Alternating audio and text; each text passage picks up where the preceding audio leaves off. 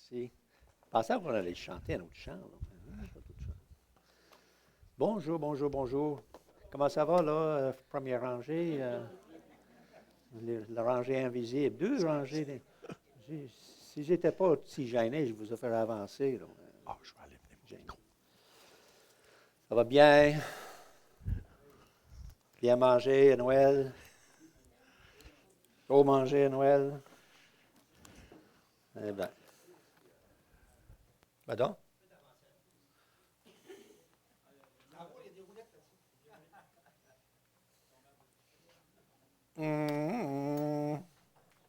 Ah, c'est beau. Je suis bien content d'être avec vous. Puis, je réalise qu'il y a plusieurs qui ne peuvent pas être avec nous pour différentes raisons. Et puis, il y en a des visiteurs aussi. Donc, madame qui s'en va cette semaine? La semaine prochaine. Oui, donc ce matin, il faut que je parle un petit peu de portugais pour nos amis brésiliens. Eh bien, ce matin, nous sommes ici, mais quelque part, probablement à plusieurs places au monde, dans plusieurs langues même, portugais probablement, en Afrique, en Chine. À l'heure qu'on parle ce matin, il y a certainement des gens qui sont en train de réciter la prière, le Notre Père. Vous connaissez ça? On l'entend. Que ton règne vienne, que ton nom soit sanctifié.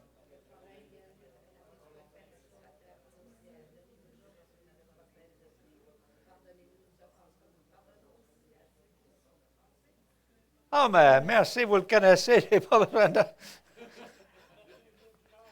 Hein? Oui, et c'est à lui qu'appartiennent dans tous les siècles le règne, la puissance et la gloire.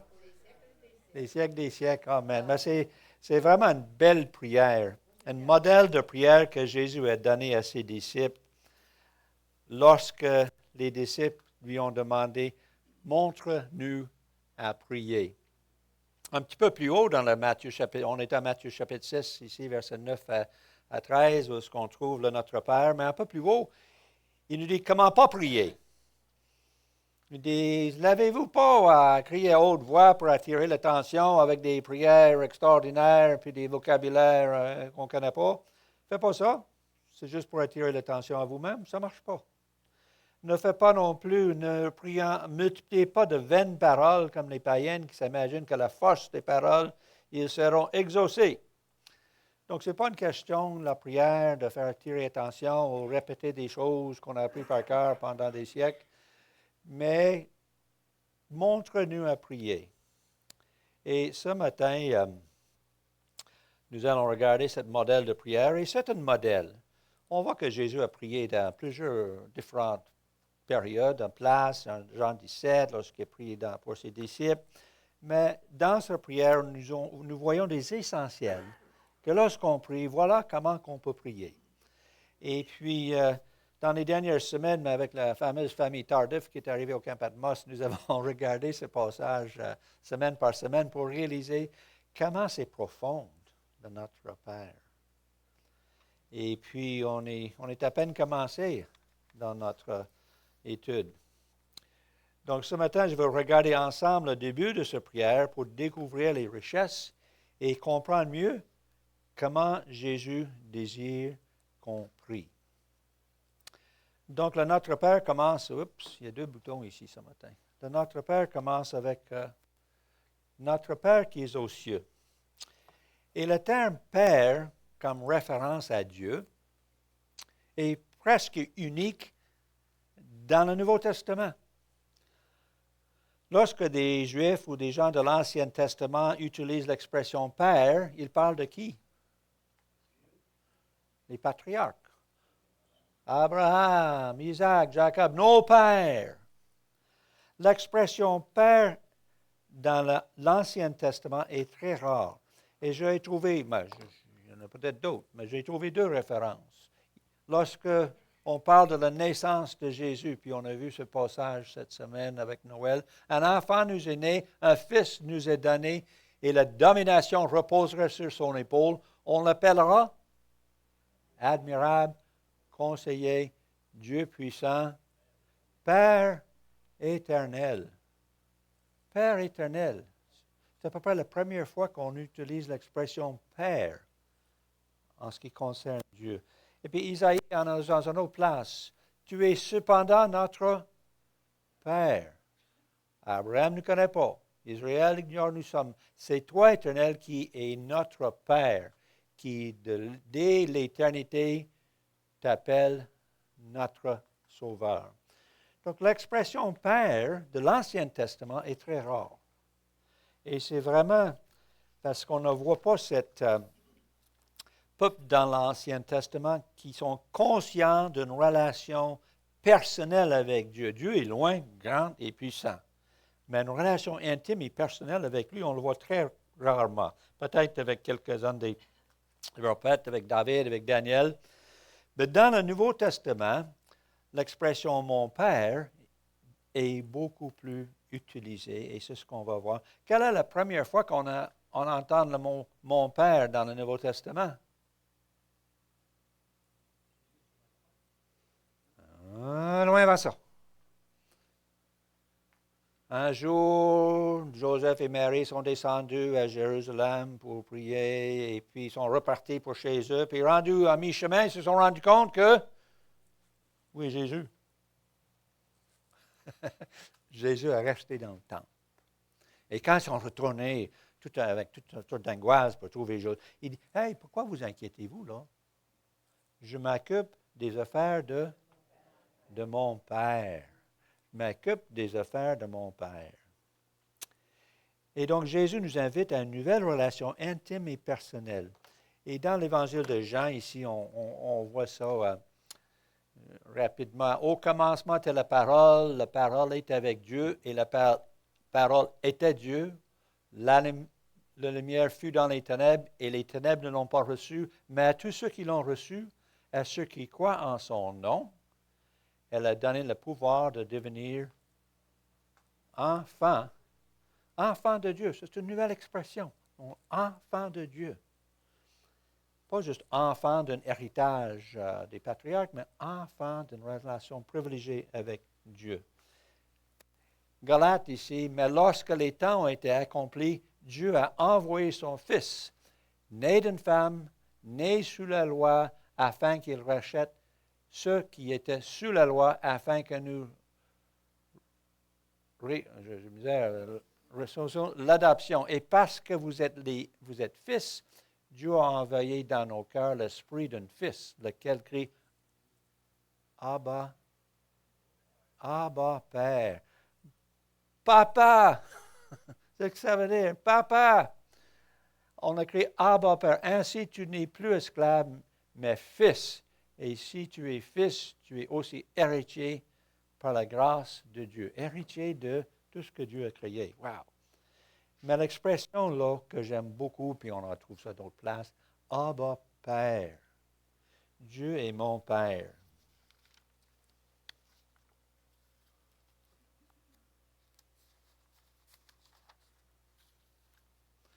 Donc, notre Père commence avec cette nouvelle relation intime avec le Fils, et nous sommes les fils, les enfants de Dieu, les héritiers.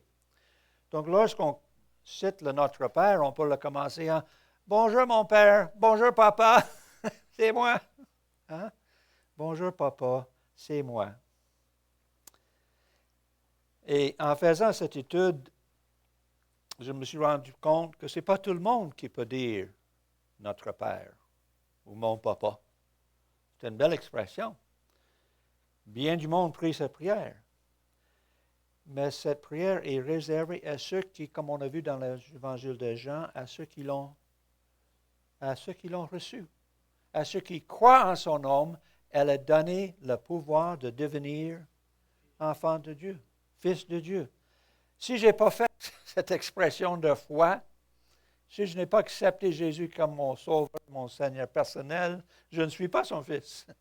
Je ne peux pas dire Papa, n'est-ce pas? Donc, si on ne connaît pas Jésus-Christ, et même Jésus a dit à un moment donné à des pharisiens, une expression, oh, vous avez pour père le diable. Vous pensez le peuple de Dieu, mais vous avez pour père le diable. Vous ne connaissez pas le Père. Donc aujourd'hui, si on ne connaît pas le Père, si on ne connaît pas le Fils, on ne connaît pas le Père, c'est plutôt votre Père. Est-ce que vous êtes d'accord avec ça? Ça ne peut pas dire mon Père si je ne le connais pas comme mon Sauveur et Seigneur. C'est votre Père. Et puis aujourd'hui, c'est un temps de réflexion pour dire, mais Seigneur, moi j'aime ça, la prière la plus courte dans la Bible, que je partage souvent avec des gens. Savez-vous la prière la plus courte dans la Bible? Seigneur, sauve-moi. Seigneur, sauve-moi. Si aujourd'hui, vous n'êtes pas dans cette famille, vous n'êtes pas né de nouveau, comme Jésus expliquait à Nicodème, mais vous pouvez faire cette prière. Seigneur, sauve-moi. Et il fera de vous son enfant. Et on peut dire, Papa! Merci. Donc, dans cette prière, on voit que se débute avec l'adresse. Quand on s'adresse à notre Père. Par la suite, il y a des requêtes qui font référence à notre relation avec Dieu. Par la suite, il y a 4 requêtes en fonction de notre relation avec ce qui nous entoure, avec notre marche personnelle avec le Seigneur. Mais chacune de ces expressions ici, c'est tellement riche qu'on n'arrivera pas à la fin. Au moins qu'on recule maintenant nos montres, à peu près une demi-heure. Non, c'est pas ça. On n'arrivera pas à la fin. Mais la deuxième expression, la première requête de prière ici, c'est que ton nom soit sanctifié. Quelle est la signification d'un nom?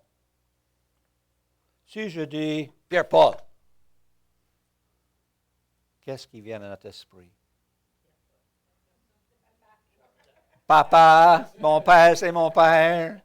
C'est un des anciens de notre Église. C'est un homme fidèle. C'est un homme disponible. Beaucoup de choses. Qualité, un homme vraiment spécial, génial, fidèle. Et quand on nomme le nom d'une personne, c'est son caractère qui vient avec ça.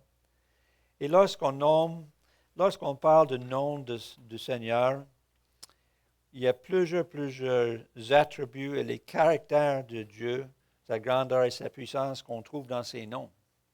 Ça, c'est on chante ça des fois. Voici quelques-uns des noms de Dieu dans l'Ancien Testament, et c'est juste quelques-uns. El Shaddai, Dieu Tout-Puissant. Hein? Elohim, celui-là, là. Dieu très haut. Elohim, Dieu éternel. Yahweh, éternel Dieu. Adonai, Seigneur éternel. Yahvé Sabaoth, éternel des armées. Et on regarde ces noms, puis ça c'est quelque chose, ça là. Ça c'est le nom, les noms de l'Éternel. Quelques-uns des noms de l'Éternel. Et avec toutes ces qualités qui reviennent avec ces noms, on arrive à la fin et dit, et il est comme tu as dit, il est mon Père. Il est aussi mon Père. Wow, c'est merveilleux. Il est mon Papa. Comment sanctifier le nom de Dieu? Ce qu'on fait, si on prie ça, ça veut dire quoi là? Comment sanctifier le nom de Dieu? Et premièrement, on peut dire en prenant pas son nom en vain. En prenant pas son nom en vain. C'est un des commandements, n'est-ce pas? Tu ne prendras point le nom de l'Éternel, ton Dieu, en vain. Car l'Éternel ne laissera point puni celui qui prendrait son nom en vain. Comment est-ce qu'on prend son nom en vain?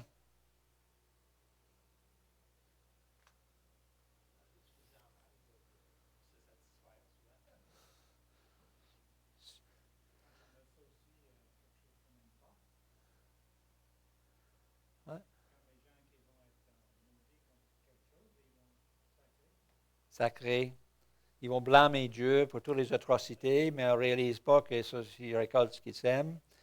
Mais en vain, souvent ici dans la province de Québec, quand j'étais arrivé ici il y a quelques années, là, j'ai entendu des expressions que je n'entendais pas chez nous. Hein? On entend plusieurs expressions qui prennent le nom de Dieu en vain, n'est-ce pas? Et des fois, quand j'ai travaillé avec des personnes dans la construction ou dans le voisinage, quoi que ce soit, j'entends tellement des paroles. Je dis, mes amis, vous êtes un homme très religieux, vous chantez la messe quasiment toute l'après-midi, là. Donc, c'est sûr qu'on vit dans une culture que le nom de l'Éternel est pris en vain assez souvent et assez quotidiennement par nos amis même. Et je crois aussi là, que nous avons une responsabilité à protéger le nom de Dieu. Et je m'est arrivé à plusieurs reprises, lorsque j'entends des personnes sacrées selon le nom de Jésus, je les arrête. Je dis, wow. Vous prenez le nom de Jésus-Christ là en vain, mais c'est mon ami, c'est mon sauveur, c'est un ami personnel. S'il vous plaît, choisissez d'autres expressions pour exprimer votre mécontentement, votre colère ou quoi que ce soit.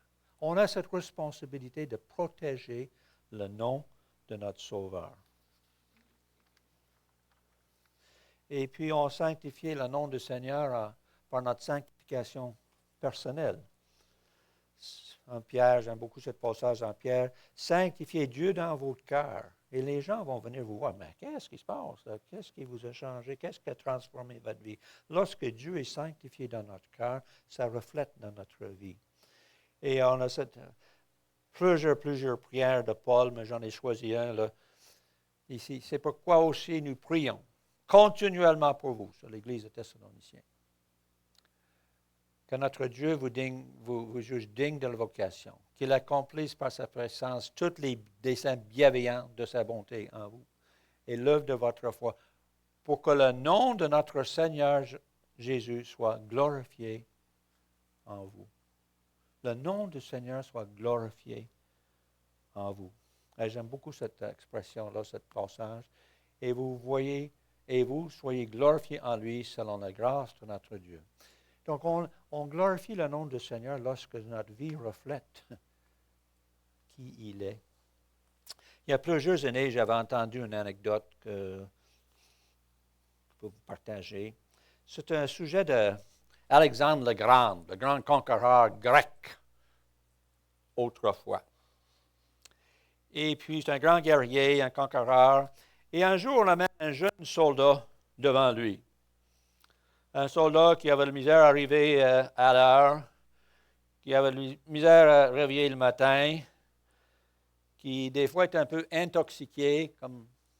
Et puis on l'amène devant ce grand général Alexandre le Grand. Et Alexandre lui demande, « Quel est votre nom? »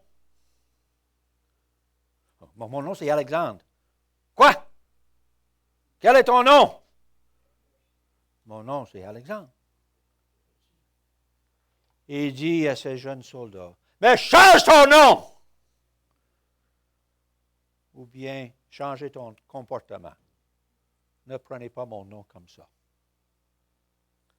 Wow! Excusez-moi de crier, là.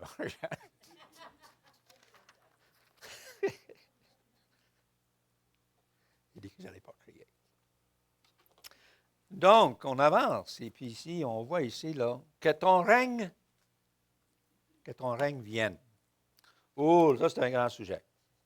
Lorsqu'on prie que ton règne vienne, on s'attend à quoi comme réponse? Que ton règne vienne. Que ton règne vienne, oui. On désire tous voir un monde meilleur. La joie, la paix, l'abondance, la liberté, pas de chicane, pas de guerre, pas de famine, pas d'atrocité. Mais notre monde ne ressemble pas à ça. Et puis, on dirait que ça n'améliore pas. Et c'est même en chute libre lorsqu'on regarde ce qui se passe dans notre monde. Nous sommes un peu comme le peuple, donc Isaïe parle, le peuple qui vit, qui marche dans les ténèbres, ils ont vu une grande lumière. Nous sommes un peuple qui marche dans la ténèbre, mais on attend une grande lumière. Donc, la Bible nous promet un meilleur monde, une période où Jésus règne sur la terre, sur un peuple croyant, comme un retour au jardin d'Éden. Et ce règne n'est pas dans le ciel, mais c'est un règne qui sera sur la terre. Et on va développer ça. Cette période qu'on appelle souvent le millénium, ou le règne messianique. Et les disciples, et l'Église, toutes les jeunes églises, je pensais que j'avais un verset ici, mais il n'est pas là. Les disciples en Matthieu 24 ici, mais les disciples, quand est-ce que ça va arriver? Quand est-ce que ton règne va s'installer sur la terre? C'est les préoccupés. Quand est-ce que tu vas revenir? Quand est-ce que tu vas mettre de l'ordre dans tout cela? Et puis, Jésus a donné à Matthieu 24 toute une série d'événements qui doivent arriver avant qu'il arrive. Mais en fait, lorsqu'on prie que ton règne vienne, il y a deux phases. Parce qu'il règne aujourd'hui. Aujourd'hui, Christ règne. Il règne au ciel. Aujourd'hui et demain. Aujourd'hui, Christ règne au ciel, on va développer ça. Mais demain, Christ va régner sur la terre. On va développer ça. Christ est ressuscité. Il est assis à la droite de Dieu. Il intercède pour nous et il règne sur son Église à travers ses enfants. Le jour de notre salut, nous sommes nés de nouveau et on rentre ici dans ce royaume où le Seigneur règne. Il nous a délivrés de la puissance des ténèbres, parce que qui est le prince de ce monde? Hein? Christ est ressuscité, Christ règne au ciel, mais il y a le prince de ce monde qui fait cette... en tout cas, il nous a délivrés de la puissance des ténèbres et nous a transportés dans le royaume du Fils de son amour. Ce serait bien des fois de prendre une étude. Qu'est-ce qui nous arrive le second même de notre salut? Le second même qu'on dit, oui, Seigneur, sauve-moi. Vous allez voir qu'il y a un paquet de choses qui changent. Et ça, c'en est une. On est transporté d'un royaume des ténèbres et on rentre dans le royaume de la lumière, où Christ règne. Malgré le fait que nous avons un ennemi qui est le prince. Et l'avancement de ce royaume ici, quotidien, aujourd'hui, c'est fait par l'avancement de son Église. Christ règne dans nos cœurs, nous sommes l'Église, et à mesure que l'Église avance, mais le royaume de Dieu grandit. Si on veut que le Seigneur règne dans la ville d'Alma ou dans la région de Lac-Saint-Jean, qu'est-ce qu'il faut faire? Il faut partager l'Évangile. Comment donc invoquera-t-il celui qui n'ont pas cru? Comment croiront-ils à celui qui n'ont pas entendu parler? Et comment entendront-ils parler s'il n'y a personne qui prêche? C'est qui les personnes qui prêchent? C'est son Église. Et comment y aura-t-il des prédicateurs s'ils ne sont pas envoyés selon qu'il est écrit qu'ils sont beaux les pieds de ceux qui annoncent la paix, de ceux qui annoncent les bonnes nouvelles. Le royaume de Dieu, aujourd'hui, sur cette terre où Christ règne dans les ciels, avance par l'évangélisation. Un homme à la fois qui rentre dans le royaume de Dieu. Mais, comme on a dit tout à l'heure, demain, et ça peut être demain aussi, Christ régnerait demain sur la terre. Et nous attendons l'avènement du Seigneur. Moi, je reste dans le petit village qu'on appelle l'Ascension de notre Seigneur. Quel bel nom pour une ville. L'Ascension de notre Seigneur. C'est là que le Seigneur s'est levé au ciel dans un nuage. Et qu'est-ce qu'il a dit? Les anges ont dit quoi là? De même manière que vous le voyez partir, il va revenir. C'est une promesse, cela? C'est une promesse. Et on appelle ça l'avènement du Seigneur. Moi, j'ai hâte de vivre dans la ville qu'on appelle l'avènement du Seigneur. Je déménage, mais ça va arriver. Et l'avènement du Seigneur, comme qu'on a étudié un petit peu dans le livre de Thessaloniciens cet automne, se fait aussi en deux parties. L'avènement de l'Église. C'est long, ce passage-là. Benoît nous a bien expliqué ça. Mais un jour, ça va arriver quand le Seigneur va, dans les airs, attirer ses enfants à lui. Et puis, on sera avec lui. Ensuite, nous vivons, nous serons restés, nous serons tous ensemble, élevés avec eux sur les nuées et à la rencontre du Seigneur dans les airs. Et ainsi, nous serons toujours avec le Seigneur. Et ça, c'est ce qu'on appelle l'avènement. Partie 1. Le Seigneur revient dans un nuage et il appelle, il ne vient pas toucher la terre, il appelle son Église à lui, les croyants de tous les temps, dans les airs. Et par la suite, qu'est-ce qui arrive? Le retour victorieux de Christ sur la terre. Il y a des gens ici ce matin qui ont beaucoup plus d'études dans ces domaines que moi. Je suis très simple dans ce qui concerne le retour du Seigneur, toutes les nuances qu'on peut trouver dans l'Apocalypse. Mais ici, je vois le retour victorieux de Christ sur la terre. Et là, ce que j'aime dans ce passage, puis je vis le ciel ouvert et voici paru un cheval blanc. Pensez-vous qu'il y a des chevaux au ciel?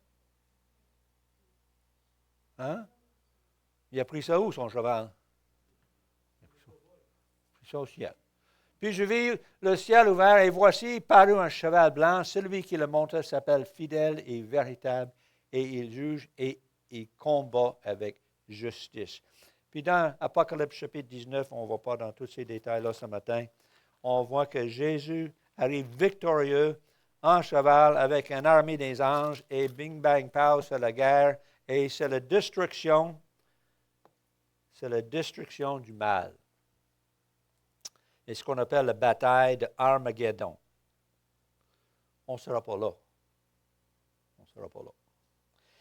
Et c'est le début de son règne sur la terre.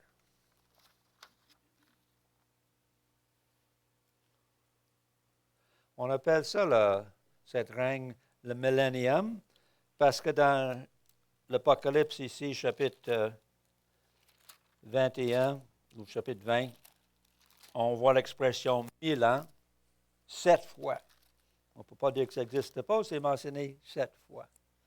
Donc, cette période de millénium ou la période messianique où le Seigneur règne comme Messie, c'est la même période que les Juifs de l'Ancien Testament attendent de voir.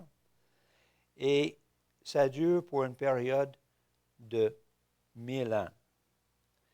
Et ça suit, je ne fais pas ça ici dans mes notes, j'ai nos petites feuilles, cette période de tribulation. Lorsque le Seigneur arrive, c'est au plein centre de cette période de tribulation, au début, à la fin ou au milieu, on n'est pas sûr, mais il revient dans cette période pour enlever son Église. Son Église est enlevée et revient victorieusement sur la terre. Et celui, à ce moment-là, il règne avec ses saints de tous les temps. Tous les saints de tous les temps reviennent à la vie et ils règnent avec lui pendant 1000 ans. Et Satan, qui est le prince de ce monde aujourd'hui, qu'est-ce qui arrive avec lui là? Il est enchaîné pendant ces 1000 ans. Donc, il n'y aura plus de mal, parce que le tentateur n'est plus là. Donc, c'est comme ce qu'on peut dire, c'est comme un retour au Jardin d'Éden. Et voici quelques caractéristiques du règne du Christ sur la terre. C'est une période de joie. Et ça, c'est beaucoup de passages qui viennent du prophète Ésaïe. C'est une période de joie qui vous sortirez. Oui, vous sortirez avec joie. Vous serez conduits en paix. Les montagnes et les collines éclateront, on chante ça, devant vous, et tous les arbres des campagnes battront des mains. Vous connaissez ça, cette cantique-là, Rosa? Tous les arbres, on sentait ça hier. Et ça, c'est une période de joie. Et on parle de cette période ici où Christ règne sur la terre. C'est une période de paix globale, il est encore là. De paix, il sera le juge des nations, l'arbitre d'un grand nombre de peuples. Et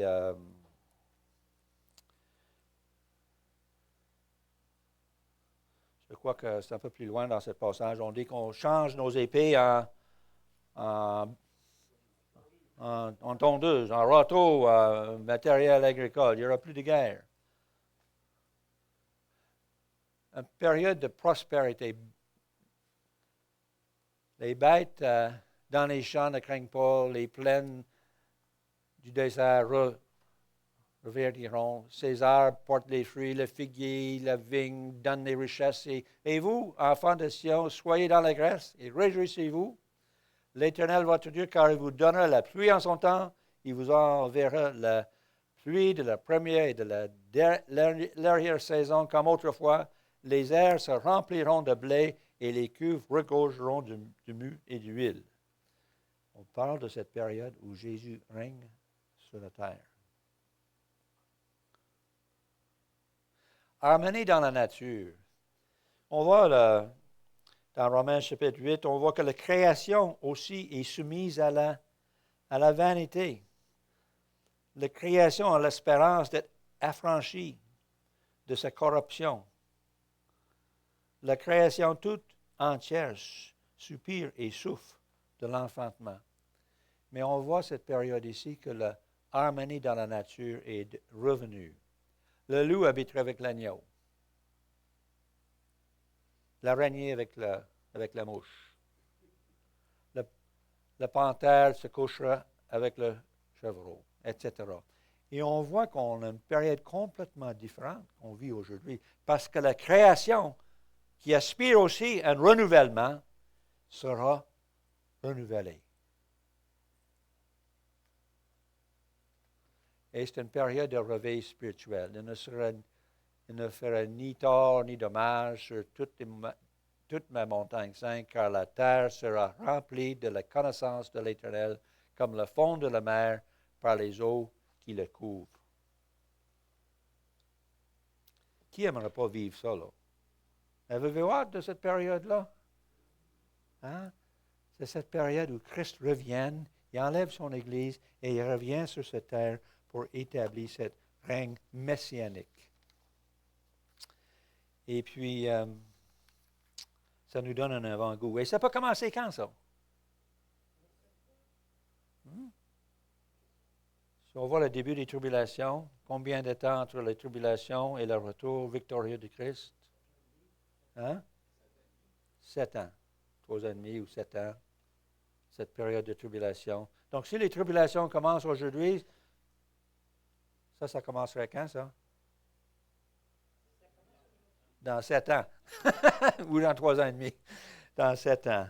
Mais voilà, c'est juste pour vous dire que lorsqu'on prie que ton règne vienne, là, c'est quelque chose. C'est quelque chose de profond. C'est quelque chose au-delà même de notre compréhension. Mais c'est un espoir, c'est notre espoir. Malheureusement, à la fin de cette période-là, Satan qui était lié sera relâché. Il y a une autre sélection des nations et pouf, le Seigneur met fin à ça avec le grand jugement blanc où ce que tous les incroyants de tous les siècles reviennent, tous les incroyants, et passent au trône, le grand trône blanc de Dieu. Satan qui était lié, qui était lâché et envoyé éternellement dans un étang de feu avec tous les incroyants de tous les siècles. C'est quelque chose à penser. Si on ne connaît pas Jésus-Christ aujourd'hui comme notre Sauveur et Seigneur, le fin qui nous attend n'est pas très beau. Parce qu'il y aura cette résurrection un jour. On s'est moqué de Dieu toute notre vie, on ne veut rien savoir de ça, mais le jour, hop, viens avec moi, viens ici. Grand tronc blanc, jugement, pouf, étang de feu. Que ton règne vienne. C'est compliqué et plus merveilleux qu'on pense. Mais la troisième requête, ici, on va juste toucher très brièvement. Que ta volonté soit faite sur la terre comme au ciel. Que ta volonté soit faite sur la terre comme au ciel. Ça, c'est aujourd'hui. Le désir du cœur de Dieu, c'est qu'aujourd'hui, on a ce désir de chercher et d'accomplir la volonté de Dieu. Il n'y a pas un matin que je ne me lève pas avec Proverbes 3, 5 et 6 dans mon cœur. Confie-toi à l'Éternel de tout ton cœur et ne t'appuie pas sur ta propre sagesse. Reconnais-le dans toutes tes voies et il planerait ton sentier. Et ce sera selon sa volonté et pas la mienne. Même Jésus dit, Seigneur, pas ma volonté, mais la tienne. Et ça devait être le cri de notre cœur, le désir de notre cœur. Pas ma volonté, mais la tienne. Et puis, aujourd'hui, c'est là qu'on vit.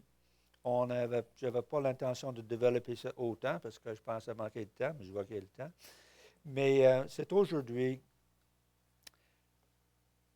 que nous sommes en attente de son avenir et comment vivre dans cette période. Tu vois, dans la pite de Pierre, ici, il y a des gens qui sont commencés à moquer. Hé, là, ça fait déjà un petit bout là, que Jésus dit qu'il revienne, il n'est pas revenu. C'est peut-être pas vrai. Et peut-être aujourd'hui, on croit ça. Parce que 2000 ans plus tard, puis il n'est pas encore revenu, est-ce qu'on commence à douter que c'est peut-être quelque chose qu'on ne comprend pas? Mais il y avait quand même plusieurs années avant les annonces du Seigneur Jésus et sa naissance aussi. Et il y a des annonces aujourd'hui concernant l'arrivée du Seigneur. Et Pierre a expliqué à ces gens, écoute, là, 1000 ans, une journée, 1000 ans, c'est comme une journée au ciel. Dieu a un plan. Dieu est souverain. Et la volonté de Dieu, souveraine, va s'accomplir. Quand on parle que ta volonté soit faite sur la terre, mais la volonté de Dieu, son plan éternel va accomplir à la lettre. Et puis, nous, dans ça, comme Pierre a dit, ce n'est pas à s'inquiéter, mais attendez et hâtez l'avènement du jour de Dieu. Dans les années 70-80, je dirais qu'on pensait beaucoup plus à l'arrivée du Seigneur. On a comme perdu cette fougue. Moi, je me rappelle, en 88, j'étais à Sherbrooke. À Sherbrooke, dans ce moment-là. Puis, il y avait un petit livre qui circulait dans les églises, qui s'appelle « 88 raisons pour lesquelles le Seigneur arrive en 88, à tel jour, en septembre ».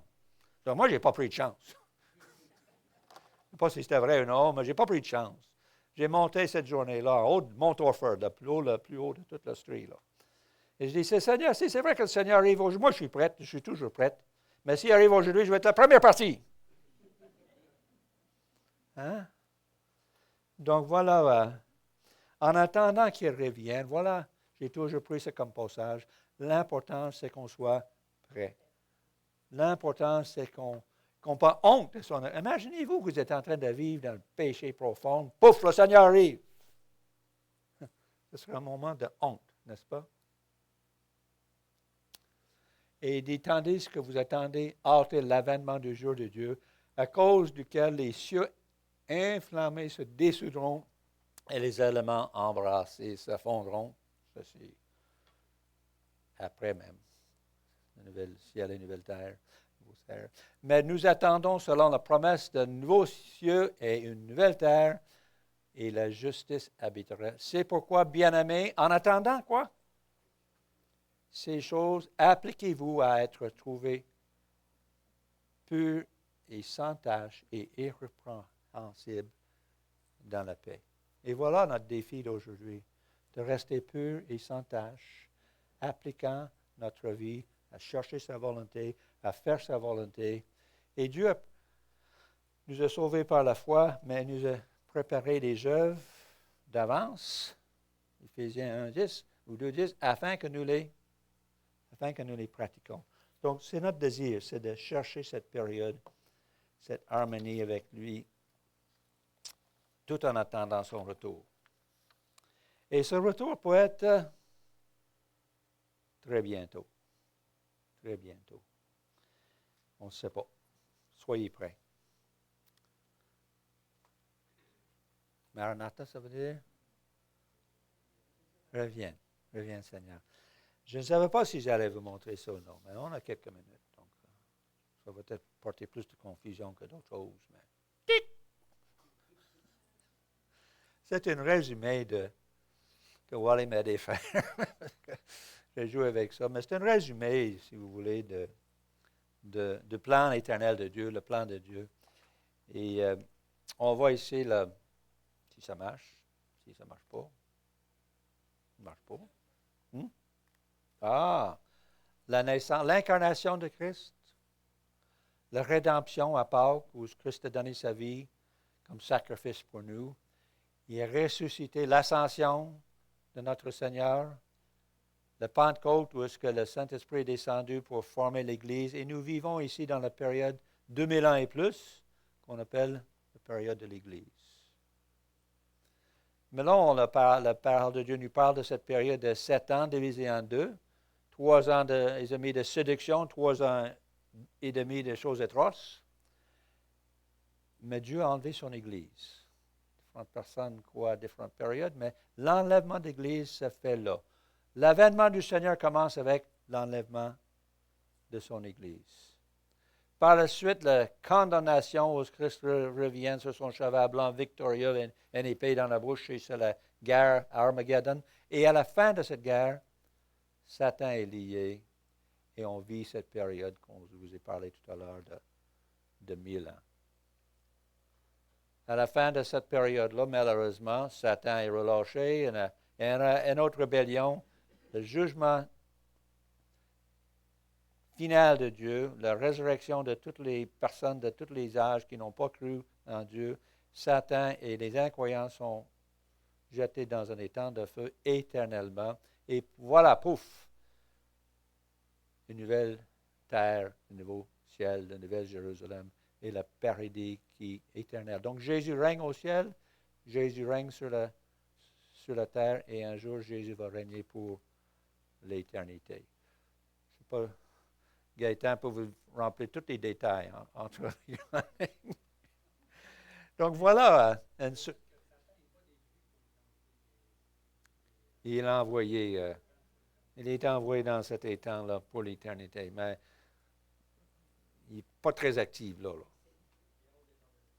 Donc voilà, genre de petit aperçu de ce qu'on prie lorsqu'on dit que ton règne vient. Beaucoup de détails ne sont pas là, je le sais, c'est très schématique. Et puis, si ça peut vous aider, tant mieux. Si c'est de la confusion, allez voir Gaëtan. Et j'ai quelques petites feuilles comme ça, si ça vous intéresse. Jacques m'a envoyé un qui a beaucoup plus de détails. Il n'est pas là. Mais que le Seigneur vous bénisse. Que le Seigneur, on arrête ça ce matin dans le Notre Père. On a regardé les requêtes qui mettent notre enfance sur l'Éternel. Que ton règne vienne, que ton nom soit sanctifié, que ta volonté soit faite. Peut-être une autre période, on va regarder la balance de cette prière qui nous parle de notre relation avec les autres et nos besoins quotidiens.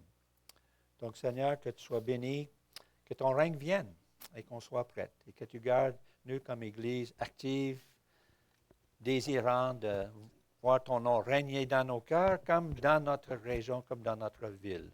Donne-nous les occasions cette année en 2025, 2025 qui commence à être tes ambassadeurs pour partager ta parole par notre vie, par ta parole, semer les graines dans le cœur des gens qui vont venir à te connaître comme Sauveur et Seigneur et passer cette éternité avec toi. Donc, Seigneur, que ton nom soit béni, que cette étude puisse toucher le cœur des gens et apporter des gens en réflexion plus sérieusement sur le fait que tu es un Dieu souverain qui a un plan pour chacun de nous. Que ton nom soit glorifié. Amen. Amen.